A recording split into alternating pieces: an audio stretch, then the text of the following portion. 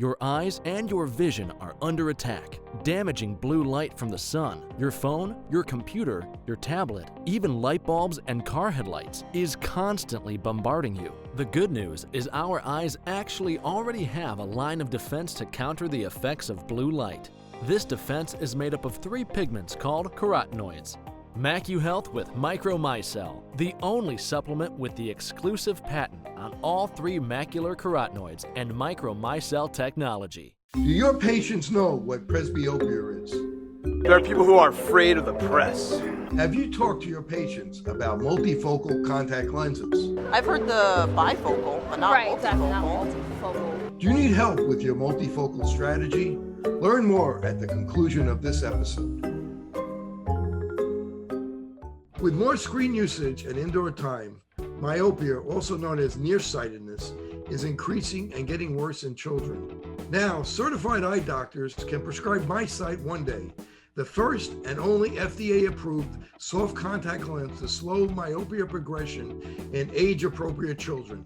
Visit CooperVision.com to find a Brilliant Futures certified eye doctor near you. Hello and welcome to the Open Your Eyes podcast. I'm Dr. Kerry Gelb, the host of the documentary Open Your Eyes. If you're new here and you like our interviews, press like, subscribe, share, and hit the bell to get notifications of great new interviews. Also, please leave comments. Great news, you can now watch our full-length documentary, Open Your Eyes, on Amazon Prime, Apple TV, iTunes, Google Play, and YouTube Movies and Shows. And please leave your thoughts by emailing me at drkerrygelb@gmail.com and visit my website, drkerrygelb.com. Dry eye disease is a multifactorial, which means many causes, disorder of the lacrimal system, the system that makes tears, and ocular surface, characterized by a deficiency in the quality and or quantity of the tear film. Symptoms of dry eyes include dryness, grittiness, tearing, trouble at work while you're on a computer, scratchiness, discomfort, pain, inflammation, burning, tired eyes, problems with reading, and decreased vision. Unfortunately, patients often find dry eye treatment inadequate and temporary. Today's guest, 2002 Nobel Peace Prize nominee, C. Randall Harrell, MD, founder and CEO of Regener-Eyes. Dr. Harrell is a pioneer and visionary in the field of regenerative medicine. His discoveries have led to numerous developments and novel therapies. Dr. Harrell holds over 130 patents and has published over 65 peer-reviewed scientific white papers, 13 book chapters explaining the role of regenerative medicine. His goal is to provide patients with long-lasting therapies that improve the quality of life. Dr. Harrell, thank you for joining me today. Dr. Gelb, thanks for inviting me. You know, Dr. Harrell, it's not often, and I believe you're the first, that I have interviewed somebody who was up for a Nobel Peace Prize. Can you explain that to us, how that happened? So it was actually fortunate for me because I was trained at the Texas Medical Center, which is the largest medical center in the world. And I was doing a lot of wound care, a lot of injuries, ran some of the wound units there, So I found out about a real problem in El Salvador where they really didn't have any proper medical help, and they got hit with a lot of earthquakes at the time. So there's a lot of homeless people, a lot of people that had a lot of injuries. So I decided to go down and see if I could help treat some of these patients. So it was a great experience for me because we had people from all over the country would actually walk to the clinic to actually be treated and everything. So it was great for me. It was great for a lot of the patients. So that's how I got the nomination of the Nobel Peace Prize. And how did they find out about you to give you that type of nomination? Well, they had found out from a lot of the politicians there in El Salvador was very appreciative for the free help they were getting. And so they wanted to get the word out. So they actually nominated me for the Nobel Peace Prize. Well, congratulations on that. I'm proud to know you. I have to ask you, as in my introduction, for somebody who's been treating dry eyes for many, many years, and now with new products like that you have helped develop, that you're involved in, But patients often never really feel totally happy with dry eye treatment. Now that we have new products like yours, why do you feel that is that, we give them artificial tears, or we give them medication, prescription medication that treats one mechanism, maybe inflammation. But you ask the patient, how you doing? Yeah, I'm doing okay, but, sometimes it's still dry. Why do you think that is? Well, as you stated, it's a very complex disease, and a lot of people don't really understand it. Even some of the eye care professionals are not completely clear about what's causing dry eye disease, but it's definitely multifactorial. I remember when I was first starting to look at this, a decade ago, and I was asking Donald Korb about his background and his thoughts and everything about dry eyes. And he asked me, he said, what do you think the cause is? And I said, well, it's similar to what you had said in the past, that meibomian gland dysfunction. But, it goes beyond that. And we talked about meibomian gland regeneration. We talked about, how you get to that point, how the homeostatic system works. And so getting a basic understanding of how the actual dry eye system works, and especially if you can help prevent some of this early or chronic disease states, that's really the objective. And a lot of people don't look at it that way. They just try to get eye drops and put antifreeze and eye drops and put in your eye, and what could possibly go wrong. There's things that don't work in the eye. Some of the preservatives actually cause more problems than the actual problem itself. The whole concept of tear hyperosmolality is not completely known by everybody. I just recently wrote a white paper about that, about how that actually works and everything. But that's actually the start before the inflammatory process actually takes off and you start getting the anti-inflammatory cytokines and the pro-inflammatory cytokines. You can actually have an effect on the hyperosmolality before that happens and actually prevent some of those chronic things from happening to give you chronic dry eye.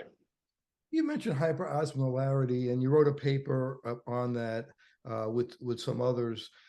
So that really refers to the amount of salt that's in the tear film. Correct. When the salt is high in the tear film, it actually could damage the epithelial cells. Very much. And if you could talk about some of the other things when the salt is so high in the tear film, about inflammation and how it maybe affects DNA and what kind of symptoms the patient would get.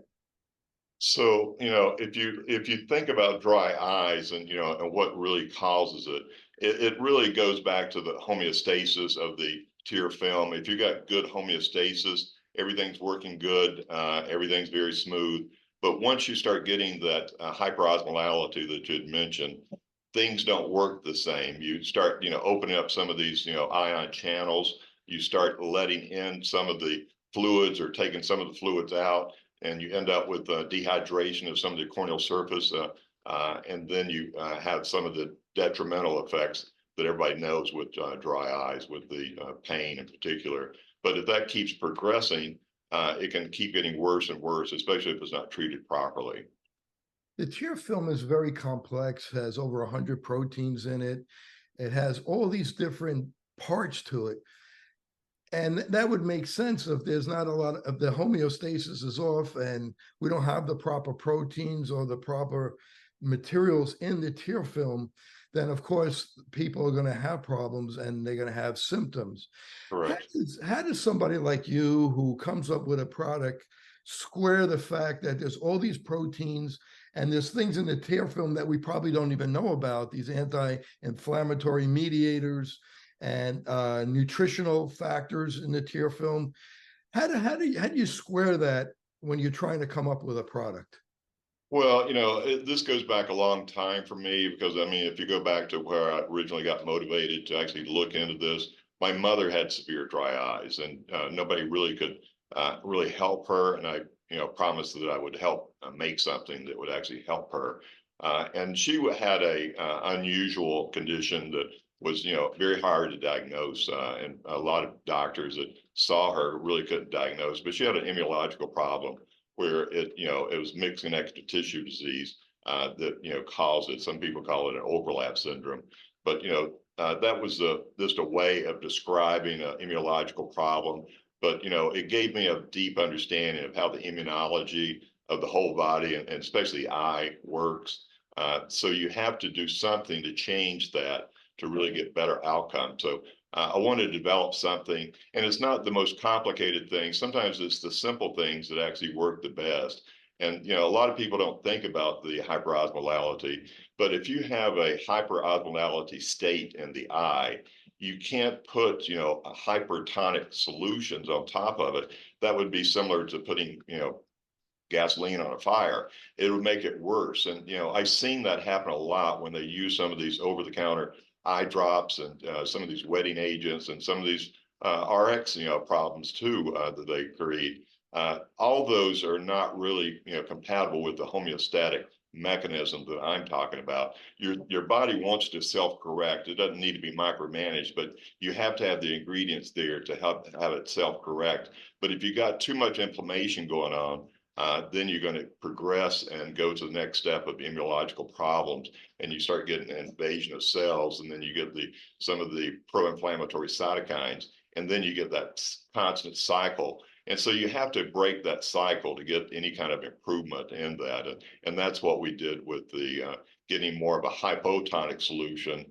Most of the ones, if not all the ones on the market today, if you look at their osmolality, sometimes it's over, the 300, when the ideal would be the 300 milliosmoles per liter. Once you start getting over that, then you get more and more symptoms of dry eyes, especially when you get to 308, 316, then you start getting severe dry eyes. So if you're starting off with an eye drop that has something over 300 milliosmoles to start off with, it was just common sense. It's not going to help on a hyperosmotic state by putting that in there. It actually has potential to make it worse.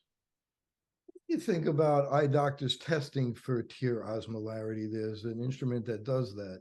Correct. I think it's an excellent idea. People haven't really focused on that before, but I think if you focus on it more, you can see that's really the start of the inflammatory process. And if you can control that early on, you can control this, problem. But if you don't control it, then you get the full-blown, dry eyes, and then it's very difficult to control. I mean, the same with the blood. If the salt content goes Correct. up too much in the blood after a heart attack or some, a stroke or whatever, your brain and different parts of the body could just get very dehydrated. So I guess it works in a very similar way. Almost exactly the same way. So, and if you look at the hyperosmolality of the blood, you'd have the same type problems. Your blood has a little bit more buffering capacity, so you can avoid some of that, but it's the exact same problem. It's just in the blood and the rest of the body instead of this on the corneal surface.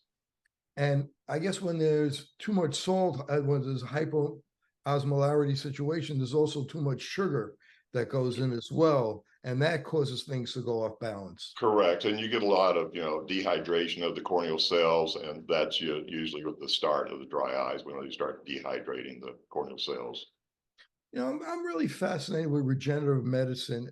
If you could talk about that and stem cells and how they're related, and do you think someday when there's transplant of organ transplant, if we're going to be able to use stem cells in the future in regenerative medicine?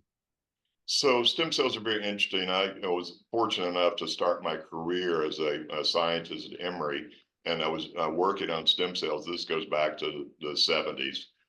And we were very cutting edge at the time by doing stem cells. We would look at a lot of cyclic AMP in the stem cells and how that gets stimulated and everything.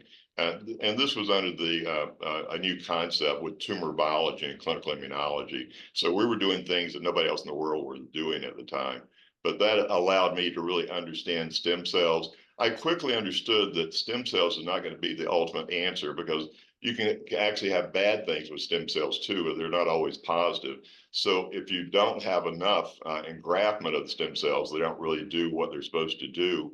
And sometimes you can get too much engraftment, and if it goes to the nth degree, that's actually where you get a tumor or cancer form. So those are the negatives with stem cells. You can do a lot of things without stem cells, and a lot of people don't realize that. Sometimes they're derived from stem cells, and sometimes they're not. But if you can do things without stem cells, it's much safer on the product side to have something that doesn't rely on cells that could actually change and have DNA that could make them change into something that you might not want, like a cancerous cell.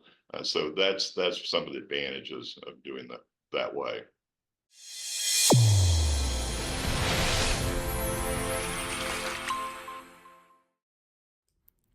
MacuHealth, your science-born and tested solutions for visual performance, macular degeneration, and dry eye syndrome. New products coming soon. Embrace the science. And would you say dry eye is an epidemic? And what is the epidemiology of dry eyes in our country and abroad? So, I mean, that's a very interesting question, because when I first started looking at it, people didn't realize how big a problem it is. It's usually over 40 million people in the US and 360 million worldwide. So a lot of it's environmental conditions, harsh environments.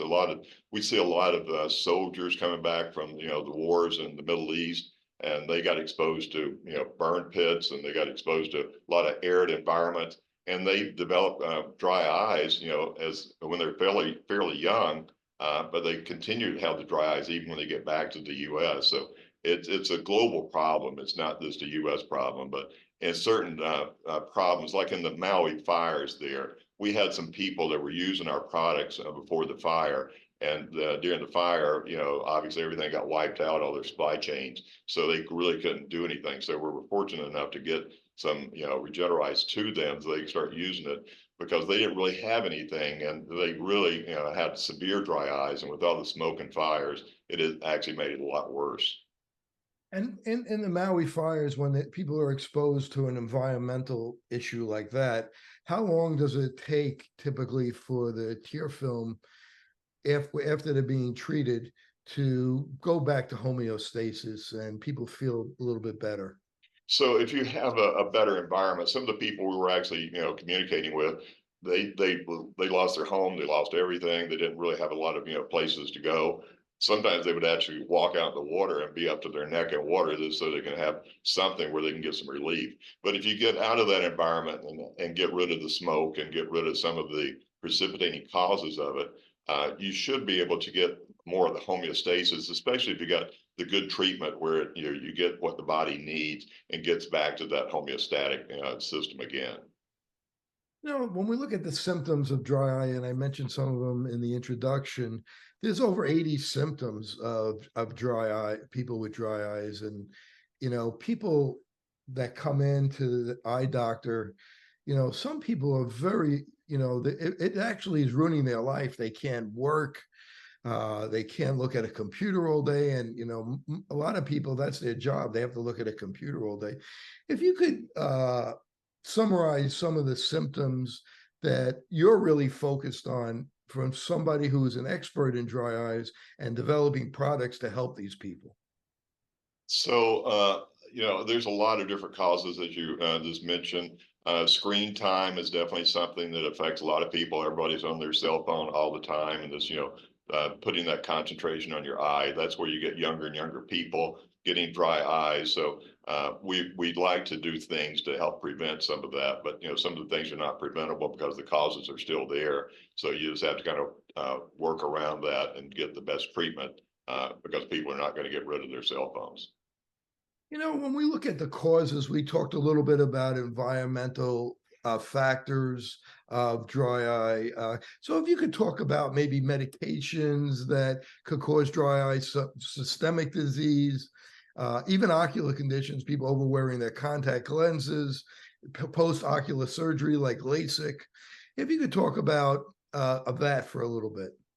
So yeah, as you mentioned, there's multiple causes of different dry eyes. So medication is definitely one of the common ones, especially even not ocular medication. They just might have some other medications they're talking about. A lot of them will have pathways that are stimulated by these, drugs, and some of the pathways that are stimulated causes more, dehydration of the cells in all the body, especially on the corneal surface. So that has a tremendous effect on dry eyes. Like antihistamines could. Correct.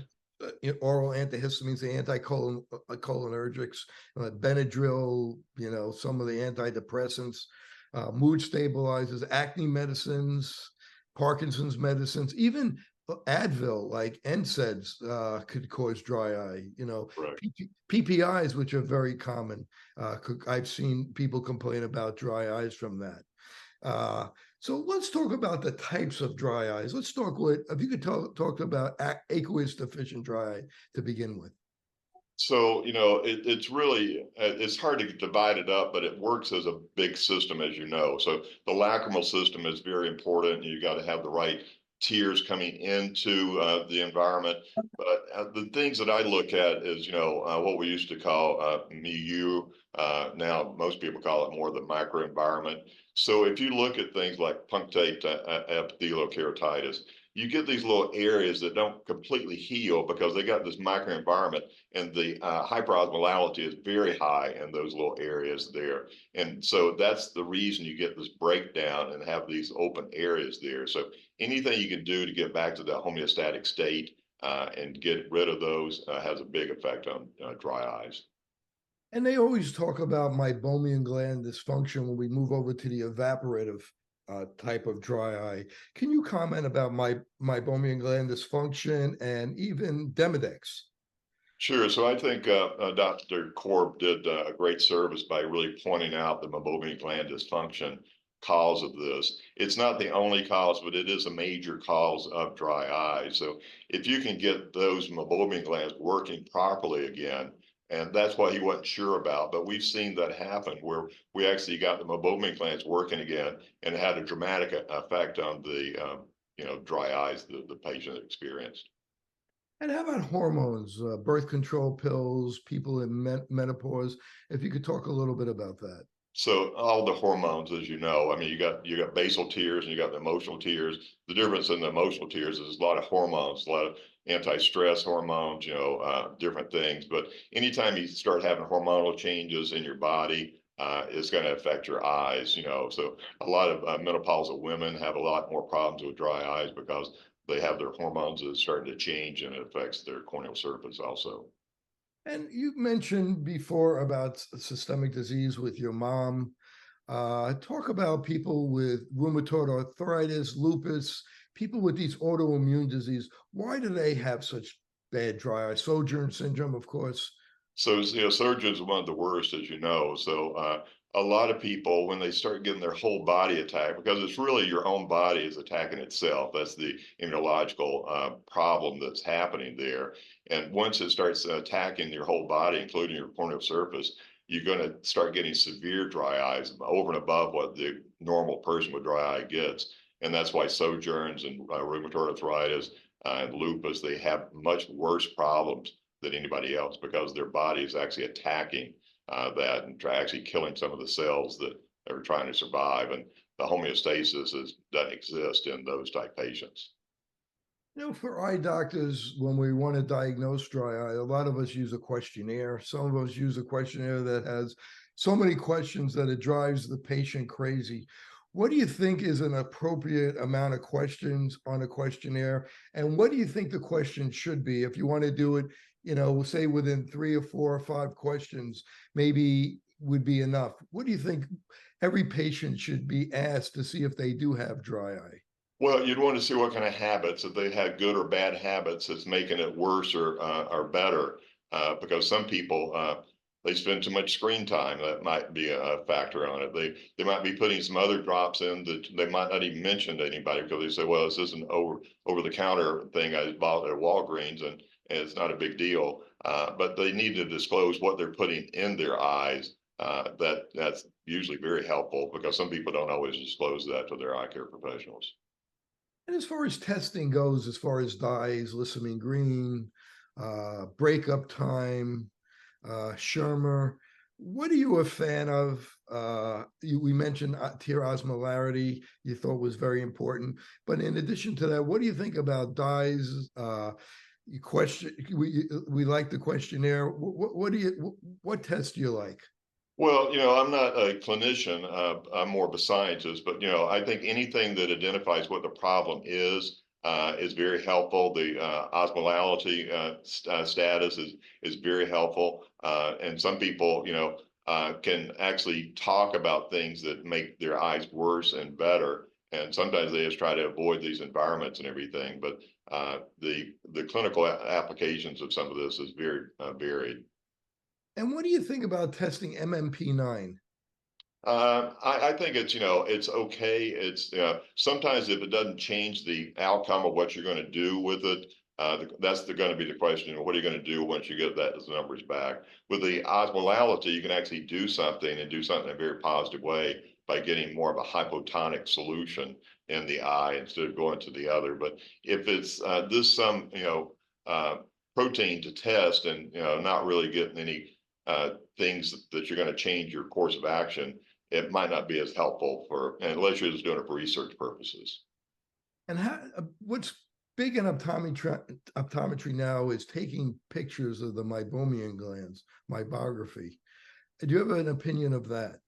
Oh, well, I think it's a great idea because we've actually seen it. And one of the things that, people always question is about, do we only sell this through eye care professionals? And when we say yes, they say, well, why don't you sell it at Walgreens and things like that?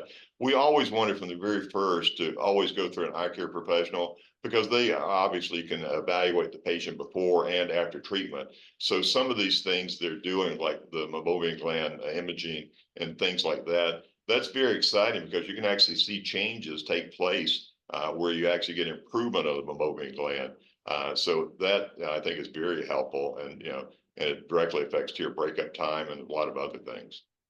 And what do you think treatment goals should be? The physician is treating the patient. I mean, obviously, we want the patient to be symptom free. We want the epithelium to heal up. But what do you think the goal should be as somebody who is a scientist developing products to help us help our patients? Well, obviously the safety is number one. So you got to have a safe product, and we do have it with Regenera-Eyes. It's a very safe product, and because it goes back to the homeostasis again. But if you have something that's causing any kind of safety issues, that's definitely a problem to avoid those type things because that can make your situation much worse. Now with Regenera-Eyes, where you're getting true healing versus just treating the symptoms. Correct. And again, it's a biologic drop that is coming from living tissue. Can you? Well, just to correct you on that, we actually don't use the biologic drop. In the past, there was some biologic drops, used, but the regulations have changed at the FDA, and we've changed with it. So we went with a OTC drug FDA regulatory pathway and got approval to get the indication for relieve dryness of the eye. But we can do this without additional proteins. This with changing the hyperosmolality of the tear film, and that's been very successful for us. And is it from amniotic membranes anymore? No, so we did that in the past, and I think that created a lot of confusion. And we've actually got some of our competitors out there that are bigger than we are, but they don't really have better drugs or products than we do. And so they caused a lot of misinformation out in the marketplace and talked about things that were not. We haven't been a biologic for a long time. A lot of people don't know how the FDA changes some of their regulations, but we've been working with the FDA for decades. So, we know you have to play by the rules. You have to do what they say. When they change, we have to change either ahead of time or with the regulations. So, and that's what we've done. But some of the competitors out there they see that we got a better product and they've got a competitive threat.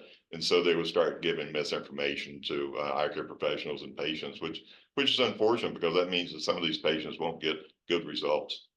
So what have you changed? So from amniotic membranes to what kind of product did you change it to? So again, I'd like to go to the root cause analysis. And so if the root cause is, tear hyperosmolality, and I think people are starting to recognize that more, then you don't really need amniotic membranes. You don't need any of that. You can actually have something to change that microenvironment that we keep talking about and get it back to homeostasis again. That's really the goal of all this. So if you get homeostasis, that really should mean that your symptoms should go away and you should have true healing of the corneal cells. Oh, that's great information. I didn't know that. And I know if I didn't know it, a lot of other people, and sometimes it's intentional. Unfortunately, some competitive people out there, companies, they don't always share the truth. and they actually have mistruths just because it helps their product, that makes it sound better. But patients know the difference. If they're using a product and they're not getting results, or if they're getting a lot of side effects or adverse events, they know that. It's not a mystery to them. And if they're getting great results with no adverse events, they know that too. So we're very proud of what we've generated and created with Regener-Eyes. And how many times a day is it typically used? So if it's very severe, we have a light and a professional version. For the very severe, especially in the sojourn patients and things of that nature, they usually start off with a pro, and they can go up to 4 times a day. Sometimes they can go more than that, because it's not like a steroid. It's not, that type of situation at all. It's really getting back to the homeostasis. But after they start and get improvement, they can get back to twice a day, once a day, maybe go to the light version. That's a little bit more economical and everything for the patients. And we've developed it that way, where it could be we used to go to the eye care professionals and tell them, give us the worst of your worst of the dry eyes. When nothing else happens and corrects it, that's the ones we want to be treating. And so we got our reputation on that. But, it's interesting when we started asking, well, you're sending us your most severe patients. How about your moderate and mild patients? And they said, oh, I didn't think you could treat those. So, those are the easier ones to treat. The most severe are the most difficult, as you can imagine. So for the mild and moderate, they can use much less and still get very good results, because the goal is, get back to homeostasis again. Well, Dr. Harrell, I want to thank you for joining me today. You're a wealth of information, and thank you for joining me on the Open Your Eyes podcast with Dr. Kerry Gelb. Okay, thanks for inviting me.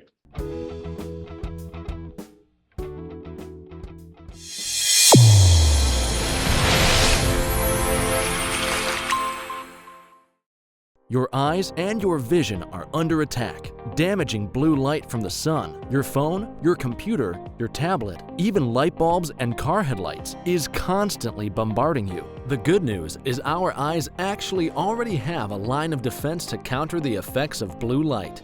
This defense is made up of 3 pigments called carotenoids. MacuHealth with Micromicelle, the only supplement with the exclusive patent on all 3 macular carotenoids and Micromicelle technology. Fitting multifocal contact lenses presents a big opportunity to meet patient needs while growing your practice. Alcon is your partner not only with our innovative portfolio, but through e-learning. Learn to enhance your multifocal strategy today with the Alcon Experience Academy. OIE Broadcasting is the emerging leader in social media. We use scientific entertainment to drive more patients into your office. Visit oiebroadcasting.com and sign up today.